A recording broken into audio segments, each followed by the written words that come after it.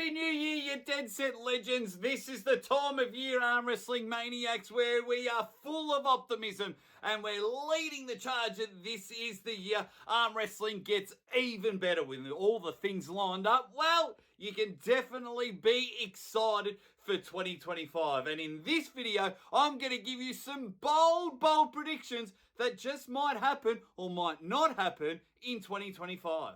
Levan Saginashvili isn't pulling left-handed. Sorry to break everyone's heart out there, it's just not going to happen. He might tease a little and say it on this podcast, that podcast, and even on my show.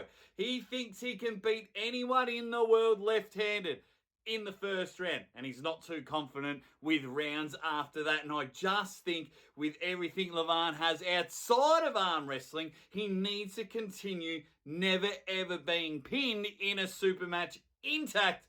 Levan is the king at the moment. You won't see him in 2025 pulling left arm. Monster Michael Todd and Ermes will probably be match of the year. We all love fantasy booking, we love matchmaking, and we love it when any sort of match has been announced.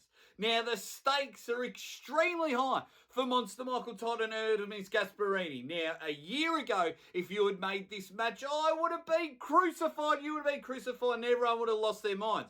Now, it is the match that makes sense. Now, if you go over and you've been following Monster Michael Todd, geez, he is looking incredible. He is hitting all sorts of PRs with his lifts and whatnot, and he's found a new lease of life, and ever since he got back from his bicep injury, he has been bloody fantastic, I can tell you that right now. And then look on the other side of the table, Ermes Gasparini. The only man to make Levan on an oxygen tank. The only man to stop Levan in the middle of the table multiple times. Also, looks fantastic. Looks incredible. We all know he's got forearms bigger than most people's calves. And this will probably be match of the year, and that's going to happen mid-February. We probably won't have any breakout stars in 2025. The way arm wrestling is going, we're really solemnly focused on the pay-per-view system. Anytime someone has a super match series, it's pay-per-view. Whether it's $2, $10, $40, we're all forking out our money to watch as much arm wrestling as we can. And that's okay. But when you work in a system like that, you need to ensure that every single time that you run a pay-per-view, you need to have the biggest stars on your card. If we're seeing the same athletes in the top 10 division going back and forth, because at this stage, the way arm wrestling is, the way the growth is the top 10 in every division, usually, besides Levan, anyone in the top 10 can beat each other. So it's very, very hard to really solidify the top 10. Maybe that's what 2025 is going to be all about.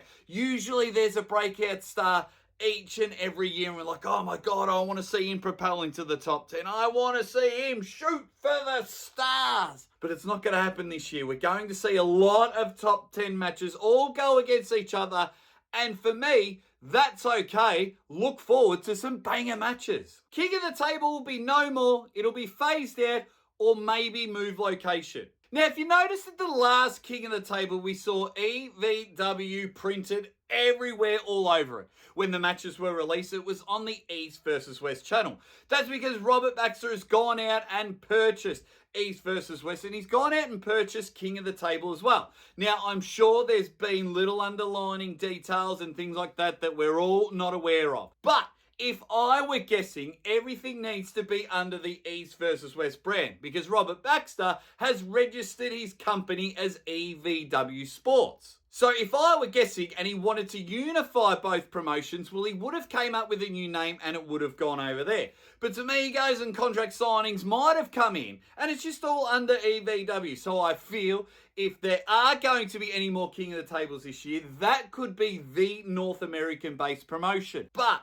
what I would be guessing in 2025 is it'll slowly be phased out. Usually there's 4 King of the Tables a year. Maybe it just might be a one-off event every year, but I do believe the King of the Table will be phased out, and it could just be monthly, bi-monthly, even every fortnight, East versus West along the same model as the UFC system. Now, of course, someone that absolutely loves King of the Table, of course I hope I am wrong with this prediction, but that's all they are. super fun, bold predictions. And when I make my predictions, a little bit of me, especially the last one, thinks and hopes and prays to the arm wrestling gods that I am wrong. What I want to know is what you think about my bold predictions, and I want to know what your bold predictions are for 2025 for the sport of arm wrestling. You need to strap yourself in and feel the cheese, because I think we are in for a real good show.